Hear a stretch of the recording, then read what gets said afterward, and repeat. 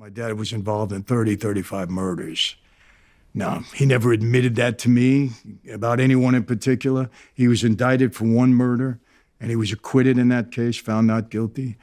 But my dad he was a tough guy. There's no question. So, if he was involved in 35 murders, as the FBI suggest, do you think he was better off behind bars? What I'm getting at here really is, if they framed him, was it a net benefit to society that they framed him?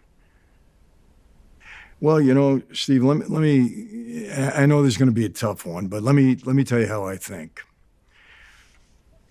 The right and just side of me, the legally just side of me, says that the government is never allowed to break the law to uphold the law. Because if you allow that to happen, then it falls into monarchy and people are not protected. Because if they do it against Sonny Franzese, they can do it against anybody. So I believe strictly the government has enough tools and weapons to get people the right way. And they do 96, 97% of the time. They shouldn't be allowed to violate the law to go after a criminal. That's my feeling on it. Now, another thing is this. People think when we take an oath, the oath of omerta, it's an oath to stay silent. It's not an oath to lie, steal, cheat, and kill. Does that happen as part of that light? Yes. But we're told straight out. Now, try to understand the thinking here. You come into that life, you're told straight out. We have rules. You don't ever violate another man's wife, daughter, sister, girl, never. That'll cause you to die. During my era, we weren't allowed to deal with drugs. You deal with drugs, you get caught, you die. You maybe do some other things, you're not honest with people, you disrespect somebody, you hit another made guy, you die. Now, we understand that, and they tell you, your best friend may be the one that pulls the trigger because the life comes before anything. That's it. You don't violate the rules. That's how we maintain control in this life. That's how we existed for 100 years, and that's how it's going to stay. So now you're saying, okay, we all agreed to this. We all admitted it. If one of us decides to violate the policy of the law and we get caught, well, we understand the consequences. So that's how I looked at it, and that's how I justified it. Now, does that say you can go out and start to do random killings? No. If the boss tells you to go kill somebody because he doesn't like him and you do it, that's not right. But if we kill our own, and you hear a lot of times, well, we only kill our own. Well, we don't only kill our own. But if we only kill our own, knowing that we made that choice, well then, okay. I kind of get it in a way. Even though murder is murder and it's a crime and it's sinful, and I understand that. But that's how you justify it. But it wasn't the case that you only killed your own. Well, for some of us it was, and for others it was not. And I've seen both sides of that. You've never talked about having to kill someone, have you? No. Why is that? It's just not a subject I care to get into, Listen, I like to be as honest as I possibly can because I am a Christian and you don't want to lie to people, but it's not something I want to talk about. I was wondering, because when I read that, I thought maybe it's because, there's might be legal retribution. Maybe it's because, it's not nice for people to hear about. Maybe it's because there's still some kind of rule where you can't say anything. But I wondered why. Maybe it's all of the above, I don't know. Well, Steve, look, there's a lot of guys on the street now, and if you go on YouTube, you'll see a number of them, and they've admitted to murders that they were involved in. These are made guys, and they've admitted to it, and many of them had struck a deal with the government. They had immunity for the crimes they committed, even murder. I mean, the government give you immunity for murder if you want to, if they want you to cooperate and help them out. It's amazing, but they'll do it. And so they have immunity. They could talk about their crimes. I didn't cooperate to that level at all. I don't have immunity for anything that I've done in the past, And listen, our laws here in the United States, if you were standing next to somebody when they murdered somebody else, you're there, you could be charged for murder the same way to them. So, I'm not saying I ever was in that position. I'm just saying that's the law. So, why talk about it? Number one. And number two, murder is ugly. It's ugly. And you don't ever want to talk about it. I mean, if I were to do something like that, I wouldn't be proud of it. I'm not trying to throw my chest out and say, hey, look what I could do. Guys go to war. They kill people all the time, in defense of our country or defensive. So, I mean, it's not like, oh, God, nobody. I mean, murder happens every single day. Yeah, who wants to talk about it? Some people do. I know, not me. You got closer to the mafia when your father was sent down, and this was the point where you decided not to go to school. The boss of the Colombo family brings you close, brings you under his wing. Do you have to do some kind of training or something to join the mafia? Is there any?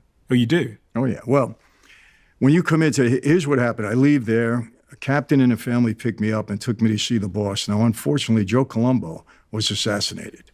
He was shot, seriously wounded. He lingered for about 7 years, and then he died as a result of these wounds. So a new boss took over, and he's passed away now. And I sat with him. This was about 2 weeks after my father sent word downtown that he was proposing me to be part of that life. But you can't just go up to somebody and say, hey, I'd like to join. Somebody has to propose you, vouch for you, say you have what it takes. There's a lot of nepotism in that life. A lot of fathers brought their sons in, their nephews, whatever. So in my case, it was my dad that proposed me. And so I sat with the boss, and he said to me, here's the deal. You want to become a member of our life. Your father sent a message. Is that true? And I said, yes. He said, well, here's the deal. From now on, 24 hours a day, 7 days a week, you're on call to serve this family, the Colombo family. That means if your mother is sick and she's dying, you're at her bedside, we call you to service, you leave your mother, you come and serve us. From now on, we're number one in your life before anything and everything. When and if we feel you've deserved this privilege, this honor to become a member, we'll let you know. That's it. And do you accept that? And I said, yes, I do. And so for the next 2.5 years, I was in like a recruit pledge period where I had to do anything and everything I was told to do, prove myself worthy. Could have been something very menial, a lot of discipline in that life, a lot of authority, a lot of alleged respect.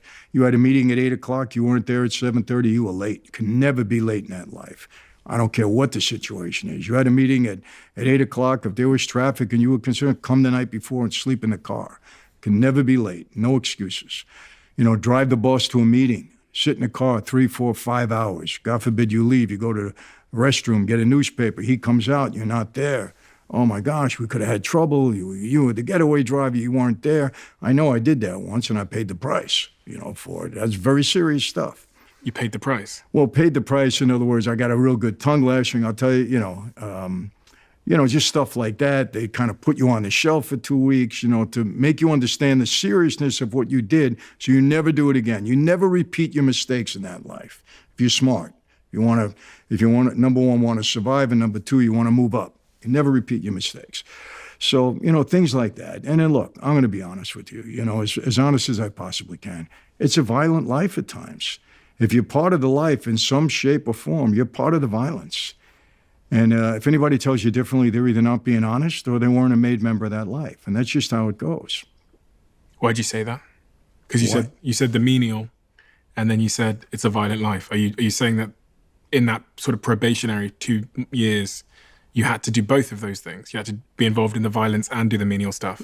Let's put it this way. They got to have enough faith in you that you can be capable of doing whatever it is they tell you to do. They have to understand that and feel that, because if they don't feel that, you're not going anywhere. That's it.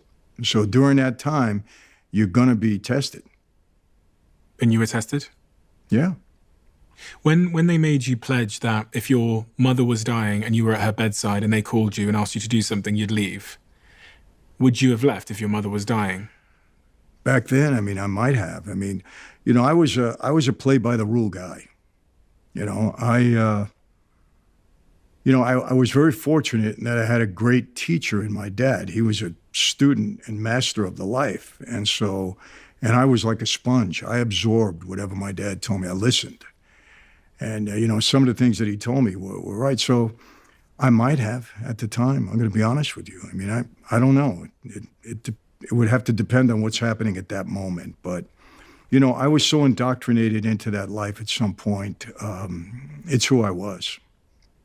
Sounds a bit like a cult, in a way. Yeah, it's cult-like, I guess, in a way. We didn't do silly things, you know. We wouldn't have rituals and ceremonies other than that Sounds like one. Yeah. Sounds Other than like- that one, nothing after that. But What did it teach you about people skills? Because you're around these bosses, these very talented men. You're seeing how they conduct themselves, do business, influence people, win friends.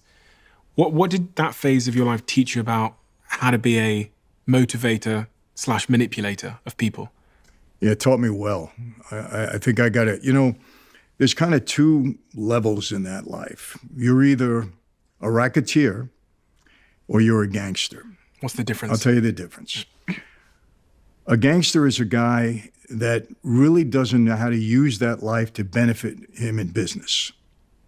So he's more of a, I don't want to say tough guy, I don't want to say the term, but he's more of a guy that, hey, we had something done, this is the guy, send him out, let him do it, because you got to earn your keep in that life. We in the Colombo family had 115 made guys at that time. Out of the 115, 20 of us were really earning money and supporting the family in some way and really elevating the family. We were racketeers. Now, a gangster could never really be a racketeer, he just doesn't know how. But a racketeer has to be a gangster also, because you're going to be called upon. Not as much as this guy, but when you're called upon, you got to do it. So, you know, I was more of a racketeer. And as a result of that, I was constantly in business disputes and sitting down with other guys. And you have to learn, you know, how to negotiate. I mean, I learned the art of negotiation at these sit downs, you know, learned how to try to, you know, really, before I walk into a meeting with somebody, number one, try to know the personality of that person, know if there's a fallback position, if I'm not winning, what I'll accept. And so I had to prepare myself for these meetings, because unprepared, you know, they'll chew you up. Because a lot of these old timers were very skillful. And believe me, you could be 100% right and end up wrong, and they'll put you in a trap. So you really had to know what you were doing. And so my people skills in that regard, as far as negotiating and identifying a true leader, were really honed to a high degree, because I came out on top many, many times.